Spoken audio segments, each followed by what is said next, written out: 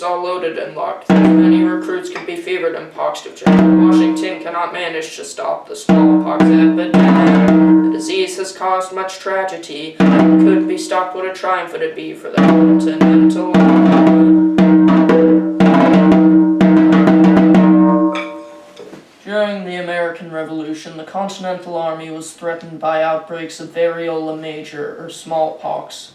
Few American soldiers had been exposed to the disease, while a milder outbreak in England a few years back had conferred immunity among most British soldiers, giving them both a military advantage and a means of biological warfare.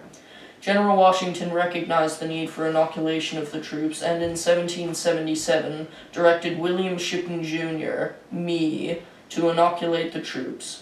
This secret campaign would be the first mass military inoculation and would save the Continental Army from the threat of smallpox, allowing them to triumph both over the disease and the British Army.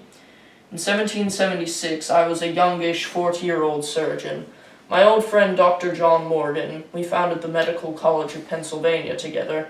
My old friend John was the chief physician and director general of the Army. I was the Director General of hospitals west of the Hudson River, but I knew I could do a much better job than Dr. Morgan if only I had charge of the whole hospital department. One of our big problems was the scourge of smallpox. In 1775, the pestilence spread through Boston while it was under siege by the British. Most British soldiers were immune because they encountered smallpox back home, but the Americans living in Boston were extremely vulnerable to the disease. The British garrison put a quarantine on the city. Nobody left, nobody came in, at least until the British General William Howe started letting the citizens of Boston inoculate themselves. Soon after that, he started forcing certain people to leave. You could say this was biological warfare. Let me explain. Inoculation is the process by which one infects another person with a mild version of the smallpox. About a fortnight later, the person's body recovers and they are immune. However, in this 2-week span of time, they are just as contagious as a person with genuine smallpox infection. Therefore, they have to be quarantined while the inoculation runs its course. If a person is let out of quarantine too soon, the disease can spread just as badly as the pox can naturally. But how exactly do we inoculate? Well, let me show you. I take my lancet and make a small incision between the thumb and forefinger. I then take a piece of thread coated in pus harvested from a person with the smallpox, and I use it to suture the wound. The person then leaves, and a few weeks later, when the inoculation has run its course, they come back and I take out the thread and dispose of it, and they must be smoked and bathed to prevent the further spread of infection. So back to Boston last year. General Washington was facing freshly inoculated and contagious residents being marched away from British-occupied Boston and towards his men.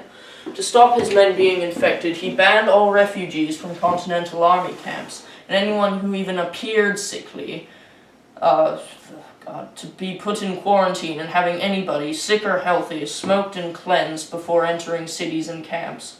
Under these circumstances, his quarantine worked. In Quebec, however, it was a different story.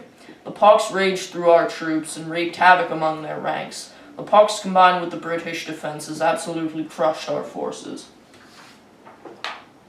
So here we are in a new year, 1777. There was a rife of smallpox in Philadelphia due to the unregulated inoculation of people throughout the city.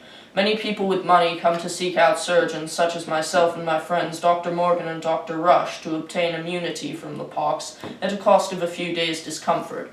Unfortunately, the poor they come in contact with also succumb and the disease spreads. Washington and his army are camped a few miles away at Valley Forge. Conditions are bad and the pox threatens a large number of his men. He is contemplating the 2 ways of suppressing the disease: full quarantine and inoculation. Quarantining all new recruits presents many logistical challenges with our limited supplies, not least of which is providing them with fresh or properly cleansed clothing. The other option is inoculation. The procedure is expensive and takes a good amount of time to work. I have exchanged many a letter on the matter with my dear friend General George Washington. Here's one of my missives, dated January 25th, 1777. Yes, I provided His Excellency General Washington with a long list of personnel and supplies needed for the medical department, of which I have charge after the little unpleasantness with Dr. Morgan, including requests to compensate Director Generals such as myself at an attractive salary. I ended my letter by communicating my feelings on how to manage the scourge of smallpox. The smallpox rages, and it is the opinion of the Committee of Congress and the Generals, and that inoculation should take place immediately in such a manner as that those who pass and repass hereafter may not be liable to receive the infection unless circumstances may make it proper. It is 3 to 1 that all in town have taken the infection and will carry it to the army unless inoculated. The General wrote me back on the 28th of January, having previously noted that my plans for the hospital departments may be a little too ambitious. Now, where is this letter? Here.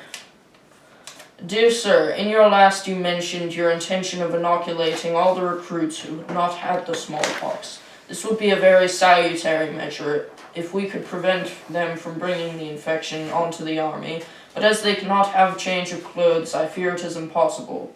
We shall soon have the troops from the eastwards, and as few of them have had that disorder, we should have a great part of our army laid down. So there you have it, the crux of the whole issue. Inoculation of all the troops puts too many soldiers out of commission at once, but quarantine, while effective during the Boston siege, is not necessarily workable when you have so many possibly infected men joining the army. The General suggested a preliminary quarantine measure and ordered that we were to suffer no more of the Southern troops to come into Philadelphia, but march them to Germantown and let them remain there until they are equipped and ready to march.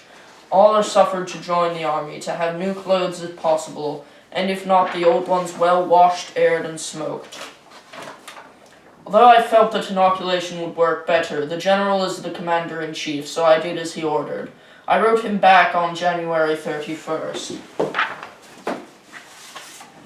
Dear Sir, I am honored with your 2 letters, and shall pay strict obedience to their contents, particularly with regard to the smallpox, from which no danger will be dreaded after 2 or 3 weeks. The houses where they are kept are out of the town strictly guarded, and no patient is suffered to remain a minute in the city with the smallpox.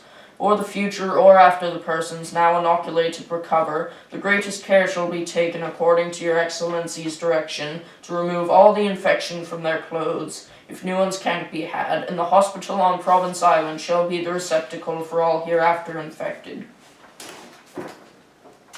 Alas, as I feared, the pox spread as pestilence does in a time of war. Within a week I had further word from General Washington changing his orders. He wrote me, Dear Sir, finding the smallpox to be spreading much, fearing that no precaution can prevent it from running through the whole of our army, I have determined that the troops shall be inoculated. This expedient may be attended with some inconveniences and some disadvantages, but yet I trust in its consequences will have the most happy effects. Necessity not only authorizes, but seems to require the measure, for should the disorder infect the army in the natural way and rage with its virulence, we should have more to dread from it than from the sword of the enemy. Under these circumstances, I have directed Dr. Bond to prepare immediately for inoculation in this quarter, keeping the matter as secret as possible, and request that you will without delay inoculate all Continental troops that are in Philadelphia, and those that shall come in as fast as they arrive. I would fain hope that they will soon be fit for duty, and that in a short space of time we shall have an army not subject to this greatest of all calamities that can befall it when taken in the natural way. And with this order I have undertaken to begin what I believe will be the first mass military inoculation against smallpox. It is hoped that this measure will save our army from the tragedy of this cursed disease, and help us to triumph over the tyrannous British. I should note that General Washington's orders only apply to Continental regulars, As a physician, I imagine this will make irregulars, including any militiamen, African American or Native American recruits, particularly susceptible to the tragedy of smallpox, especially given the British willingness to use the disease as a weapon against those vulnerable to its incursion.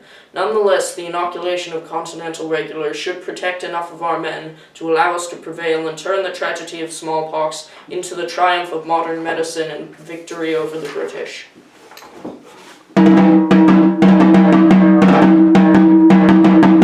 Shipton did inoculate the continental soldiers. The campaign spread to other states, and there was immunity all over. It's true that irregulars did not receive the variolation lancet. Native American and African Americans perished, infected by other men and by blankets. Nonetheless, the smallpox tragedy was conquered by inoculation. We triumphed over the disease and established our great nation.